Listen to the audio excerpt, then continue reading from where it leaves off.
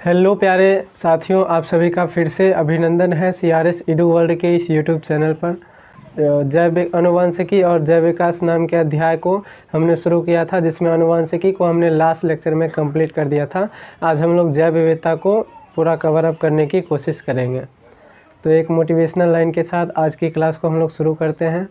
मंजिल के बिना ज़िंदगी अधूरी है, मंजिल के बिना ज़िंदगी अधूरी है, हमें ही पता है साहब कामयाबी कितनी ज़रूरी है।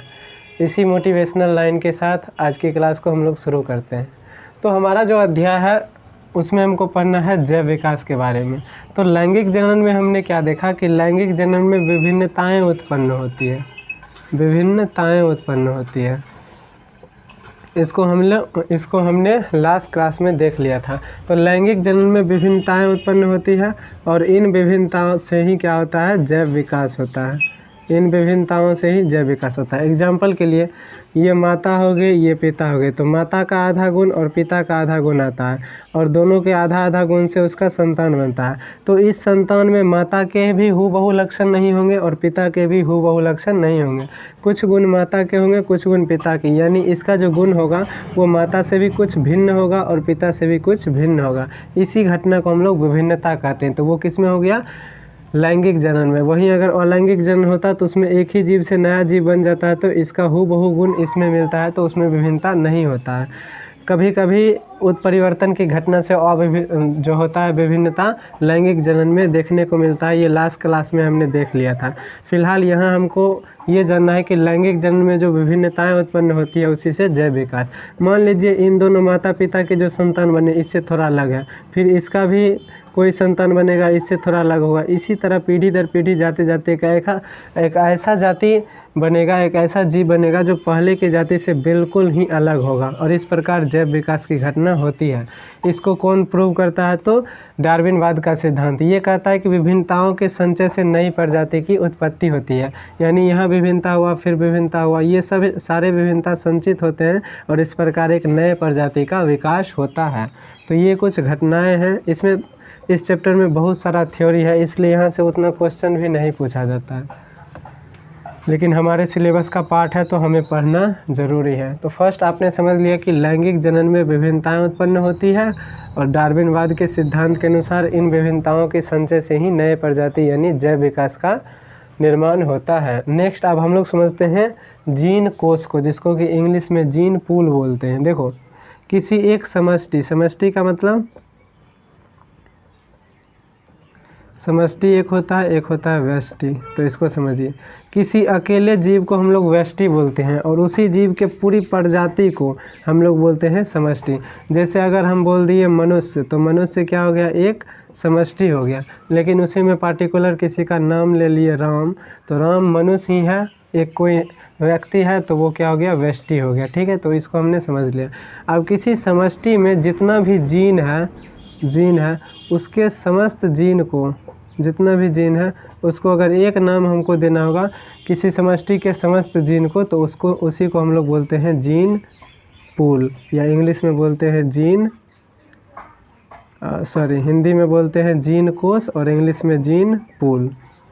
तो जीन पूल क्या हो गया, किसी समष्टि के अंतर्गत जितने भी जीन आते हैं उन सभी के समूह को हम लोग एक नाम देते हैं जीन कोश।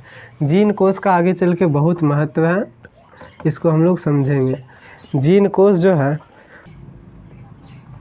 आणविक जाति वृत्ति, आणविक जाति वृत्ति में मदद करता है। कौन, हमारा जीन कोश। यानी किसी समष्टि के जो जितने भी जीन हैं उसको हम लोग लेते हैं, तो वो हमारा आणविक जाति वृत्ति में मदद करता है। आणविक जाति वृत्ति की मदद से हम लोग किसी भी जीव का पूर्वज कौन था, यानी वो किससे बना है, किससे पैदा हुआ है, उसका पता लगाते हैं। ये घटना हम लोग नेक्स्ट इसी अध्याय में, नेक्स्ट टॉपिक में हम इसको क्या करेंगे, कवर करेंगे। अब हम लोग समझते हैं उपार्जित और आनुवंशिक गुण के बारे में।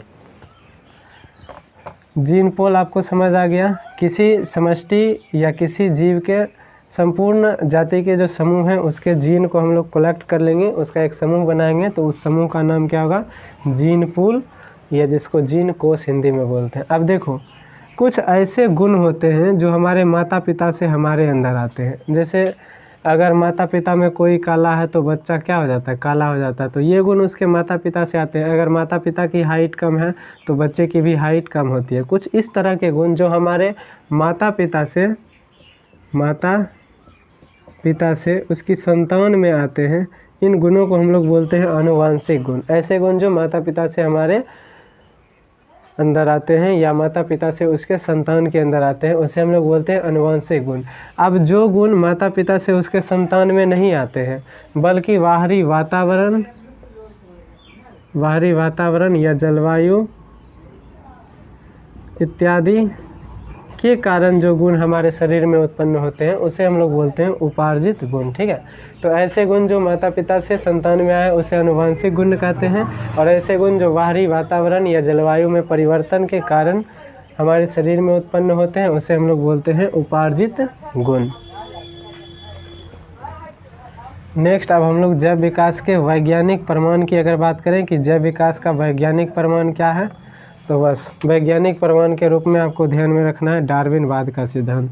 डार्विनवाद का सिद्धांत क्या कहता है, जैसे मान लीजिए 2 बकरी है, ठीक है, और 2 बकरी को हम घास दे दिए खाने, तो इस दोनों बकरी घास खाने के लिए आपस में लड़ेगी, तो जो जीत जाएगी वही घास को आराम से खाएगी, और जो हार जाएगा वो क्या होगा, धीरे धीरे कमज़ोर होता जाएगा, और वो जो घास नहीं खा रहा है आगे चल के धीरे धीरे अगर कमज़ोर हो रहा है तो शारीरिक स्थिति के कारण उसकी मौत भी हो सकती है, यानी वो नष्ट भी हो सकता है। ठीक इसी तरह की घटना हमारी प्रकृति में भी होता है। समान जाति के जीव जो होते हैं उनमें आपस में द्वंद्व चलते रहता है। द्वंद्व का मतलब होता है लड़ाई, द्वंद्व। तो आपसी जीवों के बीच आपसी द्वंद्व चलते रहता है। अब इस द्वंद्व में जो योग्य होता है, यानी जिसकी योग्यता अधिक होती है और जिसमें कुछ ऐसा परिवर्तन हुआ जो प्रकृति के अनुकूल है, जैसे मान लीजिए विभिन्नताएं उत्पन्न हुआ और ऐसा विभिन्नता उत्पन्न हो गया जो गर्मी को सह सकता है, और आगे चल के प्रकृति में चेंज हुआ, बहुत गर्मी हो रहा है। कुछ में ऐसा विभिन्नता आया जो गर्मी को झेल नहीं सकता है, तो वो प्रकृति में नहीं रह पाएगा, और जो झेल सकता है उसमें अगर इस तरह की विभिन्नताएँ हैं तो कहेंगे अनुकूल विभिन्नता आने की वजह से वो क्या, जीवित है। तो योग्यता और अनुकूल विभिन्नता वाले जीव क्या हो सकते हैं, जीवित रहेंगे प्रकृति में, और योग्यता न हो और विभिन्नता भी अनुकूल ना हो के कैसा हो, प्रतिकूल विभिन्नता हो। विभिन्नता भी अगर प्रतिकूल है तो वो जीव क्या हो जाएंगे, नष्ट हो जाएंगे, प्रकृति में नहीं रहेंगे। तो इसी सिद्धांत को हम लोग बोलते हैं डार्विनवाद का सिद्धांत। और डार्विनवाद का सिद्धांत क्या कहता है कि विभिन्नताओं के संचय से ही नई प्रजाति बनता है, जिसको कि हमने स्टार्टिंग में ही आपको बता दिया था। तो डार्विनवाद का सिद्धांत ही क्या है, जैव विकास का वैज्ञानिक प्रमाण है। डार्विनवाद के सिद्धांत को हम लोग प्राकृतिक चुनाव द्वारा प्राणियों का विकास, इसके नाम से भी हम जानते हैं कि इसको डार्विनवाद के सिद्धांत को। प्राकृतिक चुनाव क्यों, क्योंकि जो योग्य होगा और जिसके पास अनुकूल विभिन्नता होगा उसको प्रकृति चुन लेगा, और जो योग्य ना होगा और प्रतिकूल विभिन्नता होगा वो स्वतः ही क्या होगी, नष्ट हो जाएगा वो प्रजाति। तो इसी घटना को हम लोग प्राकृतिक चुनाव द्वारा प्राणियों का विकास या डार्विनवाद का सिद्धांत कहते हैं। अगला जो हमारा टॉपिक है वो है पृथ्वी पर जीवों की उत्पत्ति को लेकर कि पृथ्वी पर जीवों की उत्पत्ति कैसे हुई। अब इसमें बहुत सारे वैज्ञानिक आए। इसमें सबसे पहला जो है एक प्रयोग है मूलर और यूरे का प्रयोग। मूलर और यूरे 2 वैज्ञानिक थे। इन्होंने क्या किया, वातावरण के अपचायक होने का प्रमाण दिया। अपचायक या अपचायक को ही हम लोग क्या बोल सकते हैं, अवकारक। वातावरण अवकारक है।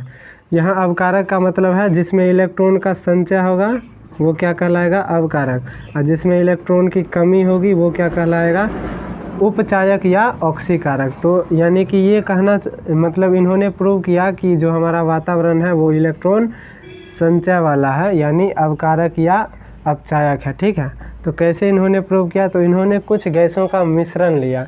जिसमें कौन कौन से गैस थे? मीथेन, हाइड्रोजन,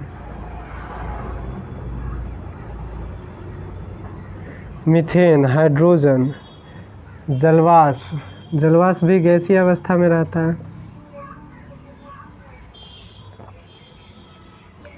और अमोनिया। इन गैसों का उसने क्या किया? मिश्रण लिया, यानी यह एक क्या है? गैसीय मिश्रण है।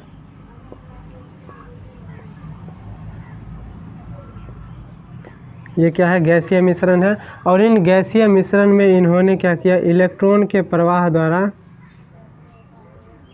इलेक्ट्रॉन के प्रवाह से तीव्र विद्युत उत्पन्न किया। तीव्र बिजली या विद्युत कह सकते हैं, तीव्र बिजली उत्पन्न किया। तो देखा कि इनसे एक विशेष प्रकार का पदार्थ बना जो कि क्या था? एमिनो अम्ल। क्या था? एमिनो अम्ल। अब एमिनो अम्ल ही आगे चल के बनाता है अब प्रोटीन, और प्रोटीन आपको पता है, प्रोटीन से ही हमारे शरीर की संरचना का निर्माण होता है, शरीर की संरचना बनता है। ठीक है, संरचना। तो इससे क्या पता चला कि प्रकृति पहले कैसा होगा? अपचायक होगा। देखो इलेक्ट्रॉन का प्रवाह किया, यानी इलेक्ट्रॉन का यहाँ क्या हुआ? संचय हुआ। यानी यहाँ संचय का मतलब जहाँ इलेक्ट्रॉन का आवश्यकता हो, और जहाँ से इलेक्ट्रॉन की कमी हो रही है यानी वहाँ इलेक्ट्रॉन की आवश्यकता नहीं है। मान लीजिए कोई ऐसा जगह जहाँ टीचर की आवश्यकता है, तो वहाँ टीचर का संचय होगा, टीचर को अगल बगल से लेके आएंगे, और वहाँ से अगर टीचर को निकाल रहे हैं यानी उसकी कमी कर रहे हैं, तो वहाँ टीचर की आवश्यकता नहीं है। वैसे ही एक ऐसा वातावरण जिसमें इलेक्ट्रॉन की संचय हो रही है, तो ये कहता है कि वो क्या? अपचायक वातावरण है। और अपचायक हुआ क्यों? क्योंकि इन सारे जो गैसेज हैं उसके गैसीय मिश्रण में जब इलेक्ट्रॉन का संचय कराए और इलेक्ट्रॉन के प्रवाह से तीव्र बिजली हम लोग दिए, तो उससे मतलब ये दोनों वैज्ञानिक दिए, तो उससे एमिनो अम्ल बना। और हमको पता है एमिनो अम्ल से ही प्रोटीन बनता है, जिससे शरीर की रचना होती है, यानी एक जीव का निर्माण होता है। यानी क्या? एक जीव का निर्माण होता है। तो जीव निर्माण के लिए वातावरण का कैसा होना आवश्यक है? अपचायक। इसको किसने प्रूव किया? मूलर और यूरे नाम के वैज्ञानिक ने। ठीक है। अब देखो इसी को क्या किए थे इन्होंने? उपचायक में, अपचायक में ना रख के ऑक्सीकारक माध्यम में रखे। तो ऑक्सीकारक माध्यम में जब रखे तो एमिनो अम्ल नहीं बना। तो इससे भी प्रूव हुआ कि पहले क्या था? अपचायक ही वातावरण था। ठीक। मूलर और यूरे की तरह बहुत सारे वैज्ञानिक आए,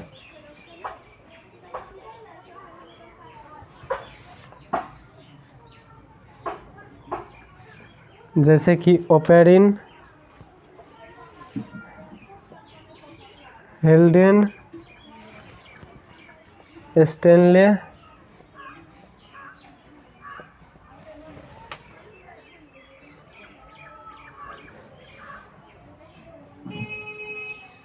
सिडने फॉक्स, और दो हमारा वैज्ञानिक मूलर और यूरे तो है ही, मूलर और यूरे। तो ये सारे वैज्ञानिक भी मिलकर एक ही बात बोले कि पहले प्रकृति कैसी थी? प्रकृति हमारी थी अपचायक, अपचायक। फिर अपचायक प्रकृति में धीरे धीरे लघु कार्बनिक यौगिक बने, लघु कार्बनिक अणु बने। फिर लघु कार्बनिक अणु से कैसे बने? दीर्घ कार्बनिक अणु। और फिर दीर्घ कार्बनिक अणु से क्या हुआ? किसी जीव की उत्पत्ति हुई। जीव यानी क्या? जीव अणु, जैव अणु जिसको बोल सकते हैं, जैव अणु।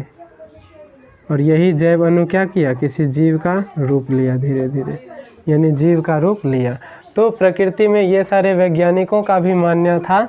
और प्रकृति कैसा? अपचायक का होना जरूरी है किसी जीव की उत्पत्ति के लिए। इस बात को प्रूव किसने किया? यूरे और मूलर के प्रयोग ने। तो उससे ये पता चला कि प्रकृति अपचायक है, जिससे लघु अणु बने। लघु अणु का मतलब जो हमारा मीथेन, अमोनिया, हाइड्रोजन गैस और जो था हमारा जलवाष्प, ये सब बना। और ये सब से क्या? दीर्घ अणु, जैसे हमारा एमिनो अम्ल बना, है ना। और इसी से एक जीव की उत्पत्ति होती है, प्रोटीन बनता है। प्रोटीन हमारा क्या है? जैव अणु है प्रोटीन, और प्रोटीन से ही क्या? जीव का निर्माण होता है। तो ये जो घटना है यही प्रकृति के प्रकृति पर जीवों की उत्पत्ति की घटना को दर्शाता है कि किस प्रकार प्रकृति में जीवों की क्या उत्पत्ति हुई है। अब देखिए ये सब क्या है, एक संभावना ही है, संभवतः बोला जाता है, संभवतः, क्योंकि किसी के पिताश्री देखे नहीं थे, है ना। तो सब संभावना इस तरह की है कि मतलब इस तरीके से प्रकृति में क्या जीवों की उत्पत्ति हुई होगी। अनुमान कब लगाया जाता है, तो लगभग कितना 3.5 अरब वर्ष पूर्व इस तरह की घटना हुई होगी। अरब वर्ष पूर्व इस तरह की घटना हुई होगी और जीवों की उत्पत्ति पृथ्वी पर हुई होगी, ऐसा अनुमान लगाया गया है। तो अब हम लोग समझते हैं समजात और असमजात अंग।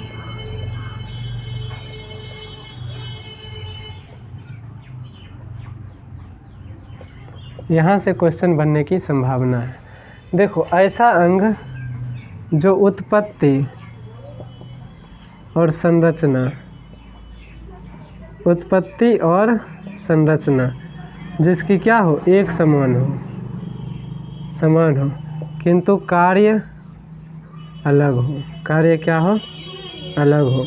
जैसे आप देखिएगा पक्षी, जैसे मुर्गा को हम छीलते हैं तो उसका जो मतलब हिस्सा लगता है कि आदमी का हाथ है, तो पक्षी का अग्रपाद यानी पंख, अग्रपाद, आदमी का अग्रपाद यानी आदमी का हाथ,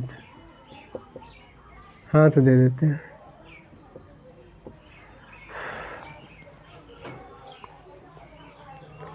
जैसे मेढक या बिल्ली, मेढक या बिल्ली का अग्रपाद, बिल्ली का अग्रपाद यानी अगला पैर, ये सब देखने में एक ही समान लगते हैं किंतु इसका कार्य अलग अलग है, तो ये सब क्या हो जाएंगे, समजात अंग हो जाएंगे। क्या हो जाएंगे, ऐसे अंग जिसकी उत्पत्ति और संरचना एक समान हो किंतु कार्य अलग हो, उसे हम लोग क्या बोलते हैं, समजात अंग बोलते हैं। जैसे पक्षी का अगला पैर या पक्षी का जो पंख है वो वाला हिस्सा, पंख आप देखिएगा इस तरह से मुर्गा का रहता है जब उसका खलरी उतार दिया जाता है तब, तो ये वाला भाग, ये या आदमी का हाथ या फिर मेढक वगैरह का जो अगला पैर है, मेढक और बिल्ली का, वो सब कैसे अंग होते हैं, समजात अंग। अब देखो, पक्षी के अग्रपाद का काम अलग है, वो उड़ने का काम करता है, आदमी का हाथ अलग काम करता है, और बिल्ली का अगला जो है वो पंजा मारने में क्या करता है, और मेढक का फुदकने में या उछलने में मदद करता है। तो सबका काम अलग अलग है लेकिन संरचना और उत्पत्ति एक समान होती है इसकी, इसीलिए ये सब क्या है, समजात अंग है। अब ठीक इसका विपरीत, अब ठीक इसके विपरीत की हम लोग बात करें तो कार्य एक समान हो किंतु संरचना और उत्पत्ति असमान हो, तो उसको हम लोग क्या बोल देंगे, असमजात अंग। ये दोनों असमान हो और कार्य क्या हो, एक समान हो, तो वो सब हमारे क्या हो जाएंगे, असमजात अंग। जैसे आप देखिएगा पक्षी का पंख, पक्षी का पंख और तितली की पंखुड़ी, तितली की पंखुड़ी, इस दोनों की संरचना अलग अलग होती है। देखो, पक्षी का जो पंख है, पक्षी का जो पंख, इसमें तंत्रिका तंत्र पाया जाता है, तंत्रिका तंत्र, लेकिन इसके पंखुड़ी में तंत्रिका तंत्र, इसके पंखुड़ी में तंत्रिका तंत्र नहीं पाया जाता, यानी उत्पत्ति और संरचना दोनों की क्या है, अलग है। किंतु दोनों में ही तितली का भी पंख उड़ने का काम, पंखुड़ी उड़ने का काम करता है, और पक्षी का पंख ये भी क्या, उड़ने का पंख करता है। तो ये दोनों किसके उदाहरण हो जाएंगे, असमजात अंग के उदाहरण हो जाएंगे। नेक्स्ट अब हम लोग उसी टॉपिक को कंटिन्यू करते हैं जो कि क्या है, आणविक जाति वृत्ति। आणविक जाति वृत्ति इंग्लिश में क्या बोल देंगे, मॉलिक्यूलर जाति वृत्ति यानी फाइलोजेनी, फाइलोजेनी। तो ये क्या है, डीएनए या जीन कोश, जीन कोश का मतलब जीन का समूह, के आधार पर किसी जीव के पूर्वजों का पता लगाना क्या कहलाता है? आणविक जातिवृत्ति या मॉलिक्यूलर फाइलोजेनी कहलाता है। एक्चुअली ये होता कैसे है? तो माइटोकॉन्ड्रिया का जो डीएनए है, माइटोकॉन्ड्रिया, इसका डीएनए जो है ये माता के गुण को प्रदर्शित करता है, माता के गुण को प्रदर्शित करता है। और पिता का वाई गुणसूत्र जो है ये पिता के गुण को प्रदर्शित करता है, पिता के गुणों का प्रतिनिधित्व या उसको प्रदर्शित करता है। तो इसका डीएनए हो गया या वाई गुणसूत्र का जो डीएनए हो गया, या डीएनए किससे बना है? देखो ये गुणसूत्र हो गया, गुणसूत्र को जब आप खोलिएगा तो वो डीएनए बनेगा, और डीएनए को भी आप खोलिएगा तो वो जीन बनेगा। ठीक है, तो ये जो डीएनए है वाई गुणसूत्र, यानी गुणसूत्र में भी डीएनए रहेगा, और डीएनए जो है जो माइटोकॉन्ड्रिया में जो डीएनए है वो माता के गुण का प्रतिनिधित्व करता है, और वाई गुणसूत्र का डीएनए पिता के गुण का प्रदर्शन करता है। इन्हीं डीएनए की मदद से हम लोग उसके पूर्वज, यानी देखो ये जीव किससे बनेगा? अपने माता पिता से, तो इसके पूर्वज क्या हो गए? इसके माता पिता। तो इस जीव में उपस्थित डीएनए या जीन कोश की मदद से हम लोग इसके पूर्वज का पता लगा सकते हैं। जिस प्रक्रिया के द्वारा पता लगाते हैं उसको आणविक जातिवृत्ति बोलते हैं। ठीक है, अब इसके आधार पर एक और चीज़ का पता लगाया जा सकता है, जो कि क्या है? आवास स्थान या निवास स्थान। आवास स्थान ये बहुत ही इम्पोर्टेंट है। टेक्नोलॉजी इतनी डेवलप हो गई है कि अब आणविक जातिवृत्ति के आधार पर हम लोग वो जीव कहाँ पर उत्पन्न हुआ था ये भी पता लगा सकते हैं। साथ ही उसके जो पूर्वज थे उसका तो पता लगता ही है, क्योंकि डीएनए, माइटोकॉन्ड्रिया का जो डीएनए है ये कभी भी ये अपरिवर्तित रहता है, परिवर्तित नहीं होता। यानी जैसा उसके पूर्वज में था वैसा ही, जैसे मान लो इसके दादाजी में जैसा था वैसा ही इसके पिता में, वैसे ही इसके बेटा में। अब बेटा का जो बेटा होगा, जो भी होगा, सब में एक ही तरह का माइटोकॉन्ड्रियल डीएनए रहता है। तो ये कभी भी परिवर्तित नहीं होता। और वाई गुणसूत्र में थोड़ा बहुत परिवर्तन होता है, फिर भी उसके क्या होते हैं, हम लोग पूर्वज का पता लगा लेते हैं। तो ये जो घटना है ये आणविक जातिवृत्ति या मॉलिक्यूलर फाइलोजेनी कहलाता है। इसी के आधार पर मानव के बारे में ऐसा पता चला है कि मानव की जो उत्पत्ति हुई है, मानव की उत्पत्ति वो अफ्रीका में हुई है। कहाँ पर? अफ्रीका में हुई है। मानव के बारे में ऐसा पता चला है कि मानव की उत्पत्ति अफ्रीका में हुई है। और अफ्रीका के किस जगह में इसका प्रमाण मिला है? प्रमाण तो अफ्रीका का एक जगह है जिसका नाम है इथियोपिया।